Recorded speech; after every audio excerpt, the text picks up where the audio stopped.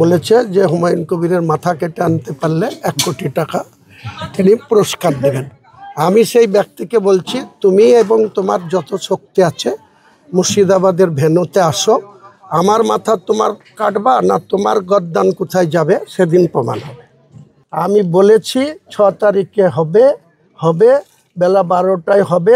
বাধা, অনেক কিছু বাধা। আজকেই দেখলেন সকালবেলা আপনি ছিলেন যে একজন হিন্দি চ্যানেল দিল্লি থেকে এসছে, সে আমাকে ল্যান্ড আইডেন্টিফাই করতে বলছে। আমি ল্যান্ডটা আইডেন্টিফাই এই কারণে করিনি, আমি ফ্লেক্স করে জানিয়ে দিয়েছি, আমার ফেসবুক থেকে জানিয়ে দিয়েছি যে বাবরি মসজিদের শিলান্যাস 6 ডিসেম্বর শনিবার বেলা 12টায় হবে। সেটা আকাশে নিশ্চয়ই হবে না, ল্যান্ডেই হবে, মাটিতেই হবে, জমিতেই হবে। কিন্তু এদের এত ইন্টারেস্ট কি যে কোন জায়গায় হবে এখনই আমাদেরকে জানিয়ে দেন, এখনই আমরা সেখানে গিয়ে ছবি তুলব, এখনই আমরা সেখানে গিয়ে ল্যান্ডমার্কিং করে গোটা লোককে জানাবো। কোনো দরকার নেই। আমি ল্যান্ড এক জায়গায় সিলেকশন করেছিলাম, 6 জনের ল্যান্ড ছিল, সেটা আমার সঙ্গে এগ্রিমেন্ট হয়েছিল।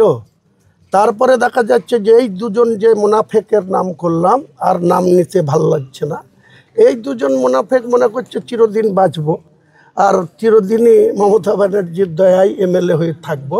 আগামী ইলেকশনে আগে সবার সাথে টার্গেট এই 2 মুনাফেককে আগে সাধারণ মানুষে পরিণত করব, মানুষ করবে, তারপরে অনেক কিছুর মোকাবেলা হবে। কাজেই আমরা ডোন্ট কেয়ার। আমি বলেছি 6 তারিখে হবে বেলা 12টায় হবে। 2 লক্ষ বলেছি, আগামী দিনে বলছি লক্ষাধিক মানুষ আসবে, 2 লক্ষ হতে পারে, 4 লক্ষ হতে পারে। সময় আসলে আপনাদের সবাইকে ইনভাইট থাকলো। শনিবার 6 তারিখ বেলা 10টার মধ্যে ভেন্যুতে, আপনাকে ডাকতে হবে না, ভেন্যু আপনাকে ডেকে নেবে। এলাকাবাসীদের কি বলবেন বাবরি মসজিদ নিয়ে? এলাকাবাসীকে সবাইকে বলবো আমাদের সমর্থন করতে। যারা মুসলমান তারা তো নিশ্চয়ই মসজিদ বানানোর জন্য তারা খুশিই হবে মন থেকে। কাজে আমাদের যে যেমন পারবে, অর্থ আমরা কোনো অমুসলিমের নেব না, আগেই বলেছি।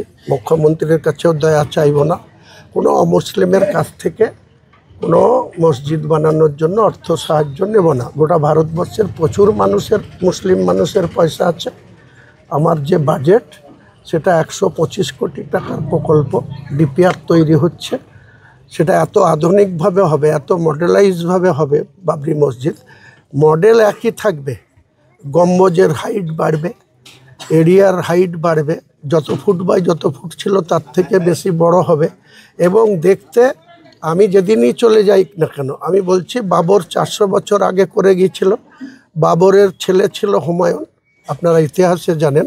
ঘটনাক্রমে সেই বাবরের ঐতিহ্য সেই হুমায়ুন ফিরিয়ে আনবে।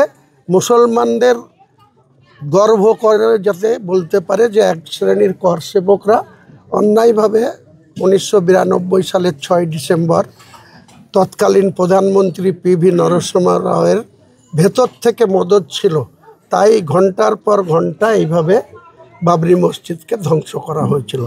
আজকে আমি বলছি, আমার মাথার দাম দিয়েছে 1 কোটি টাকা। আপনারা জানেন, একজন ইউপির একজন উগ্র হিন্দু বলেছে যে হুমায়ুন কবিরের মাথা কেটে আনতে পারলে 1 কোটি টাকা তিনি পুরস্কার দেবেন।